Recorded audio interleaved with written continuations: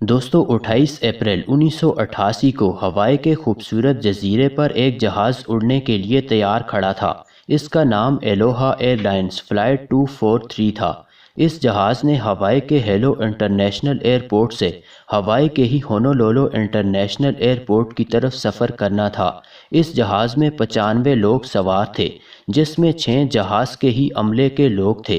دوستو اس جہاز نے دن کے 1:30 بجے ٹیک آف کرنا تھا۔ ٹیک آف کرنے سے پہلے جہاز کو معمول کے مطابق چیک کیا گیا۔ موسم بھی صاف تھا، یعنی یہ ایک معمول کی فلائٹ ہونی تھی۔ جہاز کو جو 2 پائلٹس اڑا رہے تھے، ان میں سے ایک کیپٹن رابرٹ بوب تھا، دوسری فرسٹ آفیسر میڈلین ٹومیکنس تھی۔ دونوں بہت تجربہ کار پائلٹس تھے۔ دوستو یہ جہاز ٹیک آف کر گیا اور کچھ ہی دیر میں 24,000 فٹ کی بلندی پر پہنچ گیا۔ یہ ایک معمول کی فلائٹ چل رہی تھی۔ اس جہاز کو اڑتے ہوئے ابھی 23 منٹس ہی ہوئے تھے کہ ایک زوردار دھماکے کی آواز آئی۔ اس جہاز کی لیفٹ سائڈ کا چھوٹا سا حصہ ٹوٹ گیا تھا اور جہاز کی چھت میں سوراخ ہو گیا۔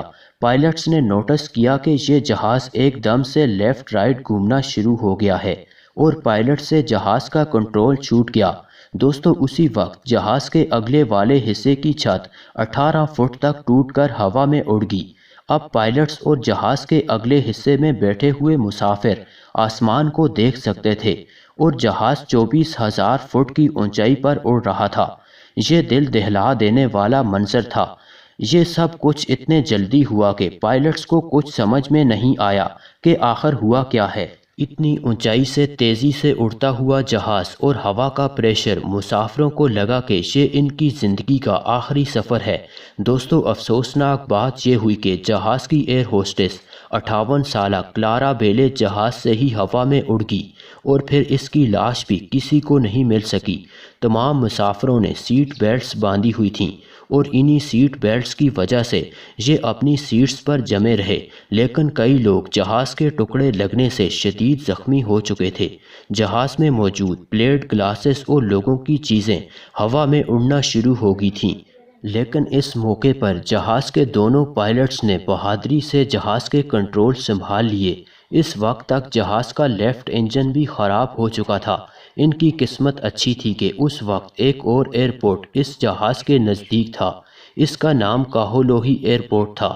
پائلٹس نے اسی ایئرپورٹ پر ایمرجنسی لینڈنگ کرنے کی کوشش کی اور خوش قسمتی سے یہ کامیاب بھی ہو گئے۔ یہ جہاز چھت اڑنے کے 13 منٹس کے بعد اس ایئرپورٹ پر لینڈ کر چکا تھا۔ جہاز میں بیٹھے 65 مسافر شدید زخمی ہو گئے تھے اور جہاز کی ایئر ہوسٹس کی موت ہو چکی تھی۔ یہ تاریخ کا ایک انوکھا واقعہ تھا جب کسی جہاز کی 24,000 فٹ پر چھت ہی ٹوٹ گئی تھی۔ دوستو اس جہاز کو پھر کبھی اڑایا نہیں گیا، لیکن یہ واقعہ پیش کیوں آیا تھا؟ ایک جہاز کی چھت آخر ٹوٹی کیوں تھی؟ اس کی وجہ یہ تھی کہ یہ جہاز جتنا استعمال ہونا چاہیے تھا اس سے کہیں زیادہ استعمال ہو چکا تھا۔ اس کی وجہ سے اس کی باڈی میں کریکس پڑ چکے تھے۔ یہ جہاز ہوائی آئی لینڈ میں ہی اڑتا تھا جہاں ہیومڈٹی بہت زیادہ ہوتی ہے، اور بس اسی وجہ سے اس جہاز کی باڈی ہوا میں ہی ٹوٹ گئی تھی۔ جہاز کے دونوں پائلٹس کو ان کی بہادری اور عقل مندی پر کافی سراہا گیا تھا۔ یہ عجیب واقعہ آج بھی ایوییشن کی تاریخ میں یاد کیا جاتا ہے۔